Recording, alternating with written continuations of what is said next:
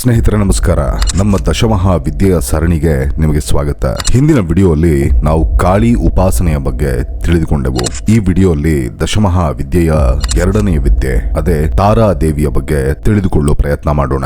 ಸ್ನೇಹಿತರೆ, ಪವಿತ್ರ ಅರುಣಾಚಲ ಕ್ಷೇತ್ರದಲ್ಲಿ ಪ್ರತಿ ತಿಂಗಳ ದ್ವಾದಶಿಯ ದಿನ ಸಾಧು ಸತ್ಪುರುಷರಿಗೆ ನಿಮ್ಮ ಸನಾತನ ಟಿವಿ ಚಾರಿಟಬಲ್ ಟ್ರಸ್ಟ್ ಮುಖಾಂತರ ಅನ್ನದಾನ ಸೇವೆಯನ್ನು ನಿರ್ವಹಿಸುತ್ತಿದ್ದೇವೆ. ಈ ಪವಿತ್ರ ಕಾರ್ಯಕ್ಕೆ ನಿಮ್ಮ ಬೆಂಬಲವೂ ಬೇಕಿದೆ. ಹಾಗೆ ನಮ್ಮ ಸಂಸ್ಥೆ ಸೇವಾ ಕಾರ್ಯಗಳು ಹಾಗೂ ನಾವು ನಿಮ್ಮ ಮುಂದೆ ತರುವ ದೇವಾಲಯದ ವಿಡಿಯೋಗಳು, ಅದರ ಜೊತೆ ಇನ್ನೂ ಅನೇಕ ವಿಡಿಯೋಗಳು ಮಾಡಬೇಕಾದ್ರೆ ನೀವು ಸ್ಕ್ರೀನ್ ಮೇಲೆ ಕಾಣುತ್ತಿರುವ ಸ್ಕ್ಯಾನರ್ ಹಾಗೂ UPI ಐಡಿಗೆ ನಿಮಗೆ ತೋಚಿದ ಮೊತ್ತವನ್ನು ದೇಣಿಗೆಯಾಗಿ ನೀಡಿ ನಮ್ಮ ಈ ಸೇವಾ ಹಾಗೂ ಧರ್ಮ ಕಾರ್ಯಗಳನ್ನು ಮುಂದುವರಿಸಲು ಸಹಕರಿಸ್ತೀರಾ ಅಂತ ಭಾವಿಸ್ತೇನೆ. ಧನ್ಯವಾದ.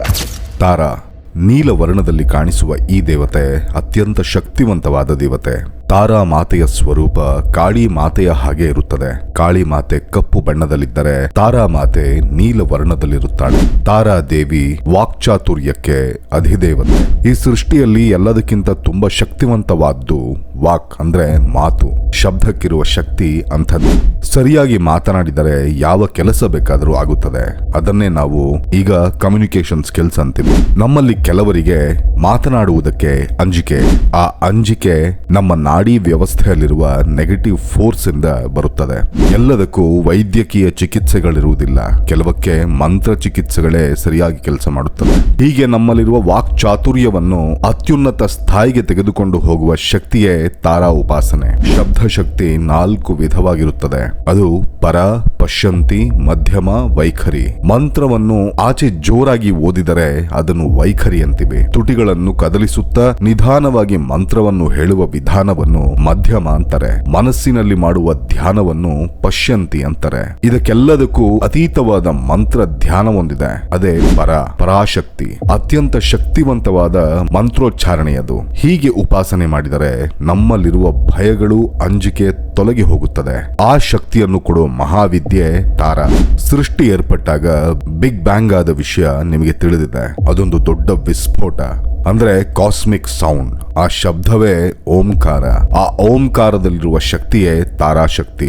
ವಿದ್ಯೆಗೆ ಅಧಿದೇವತೆಯನ್ನು ಸರಸ್ವತಿ ದೇವಿ ಎನ್ನುತ್ತೇವೆ. ಆ ಸರಸ್ವತಿ ದೇವಿಯ ತಾಂತ್ರಿಕ ರೂಪವೇ ತಾರಾದೇವಿ. ಅದಕ್ಕೆ ತಾರಾದೇವಿಗೆ ನೀಲ ಸರಸ್ವತಿ ಎಂದು ಕರೆಯುತ್ತಾರೆ. ನಿಮ್ಮ ಮಾತು 10 ಜನ ಕೇಳಬೇಕಾದರೆ ಅದು ಬರೀ ವಿದ್ಯೆಯಿಂದ ಮಾತ್ರ ಸಾಧ್ಯವಾಗುವುದಿಲ್ಲ. PhD ಮಾಡಿರುವವರು ಅದೆಷ್ಟೋ ಜನ ಸ್ಟೇಜ್ ಮೇಲೆ ನಿಂತು ಮಾತನಾಡಲಾರರು. ಕೆಲವರು ವಿದ್ಯೆಯೇ ಇಲ್ಲದೆ ಚೆನ್ನಾಗಿ ಮಾತನಾಡುತ್ತಾರೆ, ಜನರನ್ನು ಸೆಳೆಯುತ್ತಾರೆ. ಇಂಥ ಶಕ್ತಿ ಬೇಕಾದರೆ ಸಾಧನೆ ಮಾಡಬೇಕು. ತಾಂತ್ರಿಕ ಮಾರ್ಗದಲ್ಲಿ ವಾಕ್ಶಕ್ತಿಯನ್ನು ಸಾಧಿಸಬೇಕಾದರೆ ತಾರಾ ಉಪಾಸನೆಯನ್ನು ಮಾಡಬೇಕು. ತಾರಾ ಉಪಾಸನೆ ಸರಿಯಾಗಿ ಮಾಡಿದವರಿಗೆ ನಾಲಿಗೆ ತೊದಲುವುದಿಲ್ಲ. ಎಷ್ಟು ಹೊತ್ತಾದರೂ ಎಲ್ಲರನ್ನು ಮಂತ್ರ ಮುಗ್ಧರನ್ನಾಗಿಸುವ ಹಾಗೆ ಮಾತನಾಡುತ್ತಾರೆ. ಈ ತಾರಾ ಉಪಾಸನೆ ಉತ್ತರ ಭಾರತದಲ್ಲಿ ಜಾಸ್ತಿ ಜನ ಮಾಡುತ್ತಾರೆ. ಈ ಮಹಾವಿದ್ಯೆ ಸ್ವಲ್ಪ ವಿಚಿತ್ರವಾದ್ದು. ತಾರಾ ಮಂತ್ರೋಪದೇಶವನ್ನು ಜಾಸ್ತಿ ಸ್ತ್ರೀಯರಿಂದಲೇ ಪಡೆಯುತ್ತಾರೆ. ತಾರಾ ಮಂತ್ರ ಪಂಚಾಕ್ಷರಿಯಲ್ಲಿ ಕೂಡ ತ್ರೀಂ ಎಂಬ ಬೀಜಾಕ್ಷರವಿದೆ. ಸ್ತ್ರೀ ಸ್ವರೂಪದಲ್ಲಿರುವ ಮಾತೃತ್ವವನ್ನು ಪೂಜಿಸುವುದೇ ತಾರಾ ಮಹಾವಿದ್ಯೆ. ತಾರಾ ಉಪಾಸನೆ ಅಷ್ಟು ಸುಲಭವಲ್ಲ. ಸ್ತ್ರೀಯರನ್ನು ಶತ್ರುಗಳ ಹಾಗೆ ನೋಡುವವರಿಗೆ ಈ ಉಪಾಸನೆ ಎಂದಿಗೂ ಸಿದ್ಧಿಸದು. ಇದು ತಂತ್ರಶಾಸ್ತ್ರ ಹೇಳುತ್ತಿರುವ ವಿಷಯ. ಅಂದ್ರೆ ಸ್ತ್ರೀಯರನ್ನು ತಾಯಿಯ ಸ್ವರೂಪದಲ್ಲಿ ನೋಡುವವರಿಗೆ ಮಾತ್ರ ಈ ವಿದ್ಯೆ ಸಿದ್ಧಿಸುತ್ತದೆ. ಕಾಳಿ, ತಾರಾ ಇಬ್ಬರು ಸಮಾನ ಶಕ್ತಿ ಇರುವ ದೇವತೆಗಳು. ಹಿಂದಿನ ಎಪಿಸೋಡ್ನಲ್ಲಿ ಹೇಳಿದ ಹಾಗೆ ಕಾಳಿ ಶಕ್ತಿಯನ್ನು ಶಾಂತಿಸುವುದಕ್ಕೆ ಆ ಪರಮೇಶ್ವರ ಶಿಶು ರೂಪಕ್ಕೆ ಬದಲಾದ. ಪರಮೇಶ್ವರನ ಮೇಲೆ ಕಾಲಿಟ್ಟು ತನ್ನ ಶಕ್ತಿಯನ್ನು ನಿಯಂತ್ರಿಸಿಕೊಳ್ಳುತ್ತಾಳೆ ಕಾಳಿ. ತಾರಾ ಮಹಾವಿದ್ಯೆಯ ಕಥೆ ಕ್ಷೀರ ಸಾಗರ ಮಥನವಾದಾಗ ಹಾಲಾಹಲವು ಉದ್ಭವಿಸಿತು. ಆ ವಿಷವನ್ನು ಶಂಕರನು ಸೇವಿಸಿ ಲೋಕಗಳನ್ನು ಕಾಪಾಡಿದ. ಆ ವಿಷದ ತೀವ್ರತೆಗೆ ಶಂಕರನು ತಾಳಲಾರದೆ ಬಿದ್ದ. ಆಗ ತಾರಾದೇವಿ ಮಾತೃ ಸ್ವರೂಪದಲ್ಲಿ ಸ್ತನವನ್ನು ಕೊಟ್ಟು ಸೇವಿಸಿದಳು. ಅಂದ್ರೆ ಸಾಕ್ಷಾತ್ ಶಂಕರನಿಗೆ ತಾಯಿಯ ಸಮಾನ. ಪಶ್ಚಿಮ ಬಂಗಾಳದಲ್ಲಿ ತಾರಾ ಪೀಠದಲ್ಲಿ ತಾರಾ ದೇವಿಯ ತೊಡೆಯ ಮೇಲೆ ಶಿಶುವಿನ ಹಾಗೆ ಸ್ತನ್ಯ ಸೇವಿಸೋ ಶಿವನ ವಿಗ್ರಹವನ್ನು ನೋಡಬಹುದು. ಇಂಥ ವಿಗ್ರಹ ಇನ್ನೆಲ್ಲೂ ಇಲ್ಲ. ತಾರಾ ದೇವಿಯ ಕೈಯಲ್ಲಿ ಕತ್ತರಿ ಇರುತ್ತದೆ. ನಮ್ಮಲ್ಲಿರುವ ಅಹಂಕಾರವನ್ನು ಕತ್ತರಿಸಲು ತಾರಾದೇವಿಯ ಉಪಾಸನೆ ಮಾಡುತ್ತಾರೆ. ಇದರ ಸಂಕೇತವೇ ಆ ಕತ್ತರಿ. ಕಷ್ಟದಲ್ಲಿರುವವರು, ಬಡತನದಲ್ಲಿರುವವರು ತಾರಾದೇವಿಯ ಉಪಾಸನೆ ಮಾಡಿದರೆ ಅದರಿಂದ ಹೊರಬರುತ್ತಾರೆ ಎಂದು ತಂತ್ರಶಾಸ್ತ್ರ ಹೇಳುತ್ತದೆ. ತಾರಾ ವಿಗ್ರಹವನ್ನು ನೋಡಿದರೆ ಒಂದು ಕೈಯಲ್ಲಿ ಕಮಲವು ಇರುತ್ತದೆ. ಅಷ್ಟ ಸಿದ್ಧಿಗಳಿಗೂ ಆ ಕಮಲ ಪ್ರತೀಕ. ಸ್ತ್ರೀ ರೂಪದಲ್ಲಿರುವ ತಾರಾದೇವಿಗೆ ಪುರುಷ ರೂಪವೇ ರುದ್ರ. ತಾರಾ ದೇವಿಯಲ್ಲೇ ಶಿವ ತತ್ವವಿದೆ. ರುದ್ರನನ್ನು ಪೂಜಿಸುವವರು ತಾರಾ ಶಕ್ತಿಯನ್ನು ಪಡೆಯುತ್ತಾರೆ. ಎಂಥ ಕಷ್ಟದಿಂದಾದರೂ ತಾರಾ ಉಪಾಸನೆ ಮಾಡಿ ಹೊರಬರಬಹುದು. ತಾರಕ ಮಂತ್ರವೆಂಬ ಮಾತು ಎಲ್ಲರೂ ಕೇಳಿರ್ತೀರ. ಆ ಹೆಸರು ಹೇಗೆ ಬಂತು ಗೊತ್ತಾ? ವಿಷ್ಣು ದಶಾವತಾರಗಳಲ್ಲಿ ಒಂದೊಂದು ಅವತಾರಗಳಲ್ಲಿ ಒಂದೊಂದು ಮಹಾವಿದ್ಯೆ ನಿಕ್ಷಿಪ್ತವಾಗಿದೆ ಎನ್ನುತ್ತಾರೆ. ಇದರಲ್ಲಿ ಶ್ರೀರಾಮ ಅವತಾರ ಶಕ್ತಿಯಾಗಿ ತಾರಾದೇವಿ ಎಂದು ಹೇಳುತ್ತಾರೆ ಪಂಡಿತರು. ಶ್ರೀರಾಮನ ಅವತಾರದಲ್ಲಿ ಅಷ್ಟ ಕಷ್ಟಗಳು ಇವೆ. ಅರಣ್ಯವಾಸ, ಸಮುದ್ರವನ್ನು ದಾಟುವುದು, ಸೀತೆಗೋಸ್ಕರ ಯುದ್ಧವನ್ನೇ ಮಾಡಿದ. ಇವೆಲ್ಲ ಒಬ್ಬ ಮನುಷ್ಯನಿಗೆ ಬರುವ ಸಾಮಾನ್ಯ ಕಷ್ಟಗಳಲ್ಲ. ಆದ್ರೆ ರಾಮ ಇದನ್ನೆಲ್ಲ ಸಾಧಿಸಿದ. ಸಮುದ್ರ ದಾಟುವುದಕ್ಕೆ ರಾಮನಿಗೆ ಸಹಕರಿಸಿದ ದೇವತೆ ತಾರಾ. ಅದಕ್ಕೆ ರಾಮ ಮಂತ್ರವನ್ನು ತಾರಕ ಮಂತ್ರವೆನ್ನುತ್ತಾರೆ. ಶ್ರೀರಾಮ ನಾಮ ಜಪಿಸಿದರೆ ಎಂಥ ಕಷ್ಟಗಳಾದರೂ ತೊಲಗಿ ಹೋಗುತ್ತದೆ ಅಂತಾರಲ್ಲ. ಶ್ರೀರಾಮ ನಾಮದಲ್ಲಿ ಆಂತರಿಕವಾಗಿರುವ ಮಂತ್ರ ತಾರಾ ಮಂತ್ರ.